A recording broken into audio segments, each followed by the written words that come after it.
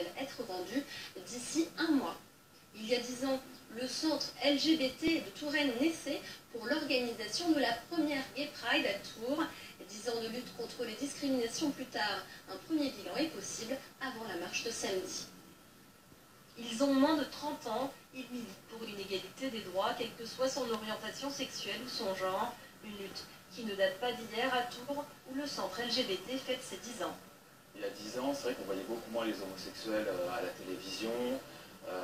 C'était beaucoup plus caché, se tenir la main c'était compliqué dans la rue. À 15 ans, j'avais pas de modèle, ou très peu de modèles de personnes, de personnalités qui étaient ouvertement homosexuelles, qui pouvaient vivre ouvertement leur homosexualité sans problème, sans être victime de discrimination. 10 ans après, il est plus facile d'en parler. Gays, lesbiens ont même gagné le droit de se marier. Une évolution pourtant paradoxale quand l'homophobie semble être en recrudescence.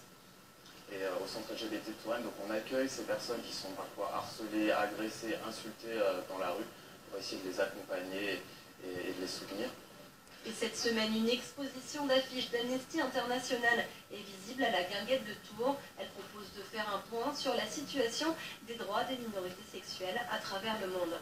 Il y a une évolution constante des mentalités et c'est tant mieux. Ça le voit à l'échelle de la France et à l'échelle du monde. Il y a 10 ans, il y avait 94 pays qui pénalisaient l'homosexualité. Aujourd'hui, il y en a encore 76, mais il y a quand même, on voit qu'il y a une diminution. Et en France, l'égalité des droits ne semble pas encore acquise. Malheureusement, plus que jamais, il y a des combats. Aujourd'hui, on est arrivé jusqu'au mariage, il reste encore des choses à faire. On réclame l'égalité des droits.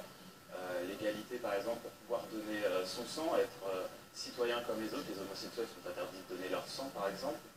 Samedi, une nouvelle marche des fiertés défilera à Tours. 10 ans après la première, près de 3000 personnes sont attendues.